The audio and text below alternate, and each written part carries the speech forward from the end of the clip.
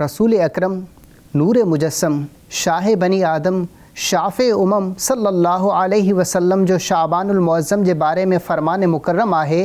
शाबान मुंह जो महीनो आहे ऐं रमज़ान अल्लाह जो महीनो आहे।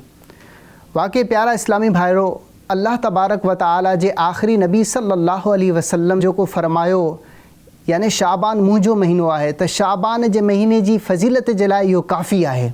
ऐं शाबान जे महीने जे बारे में हज़रत सैयदना शेख अब्दुल क़ादिर जीलानी रहमतुल्लाहि अलैहि फ़रमायो, शाबान जे लफ़्ज़ शीन आइन बा अलिफ़ ऐं नून मां मुराद ही आहे त शीन मां मुराद शरफ़ याने बुज़ुर्गी, आइन मां मुराद उलुव याने बुलंदी, बा मां मुराद बिर याने भलाई आहे, अलिफ़ मां मुराद उल्फ़त ऐं नून मां मुराद नूर आहे।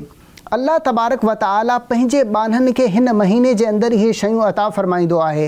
ऐं अहिड़ी रीति ही जेको महीनो आहे, हिन महीने जे अंदरि नेकिन जा दरवाज़ा खोलिया वेंदा आहिनि, बरकतूं नाज़िल थियनि थियूं, गुनाहनि जो कफ़ारो थिए थो ऐं गुनाहनि खे मिटायो वञे थो।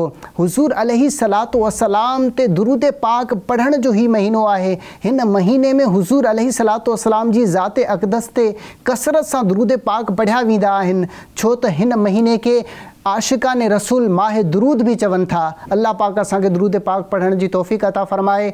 आमीन बिजाहि नबिल आमीन सल्लल्लाहु अलैहि वसल्लम।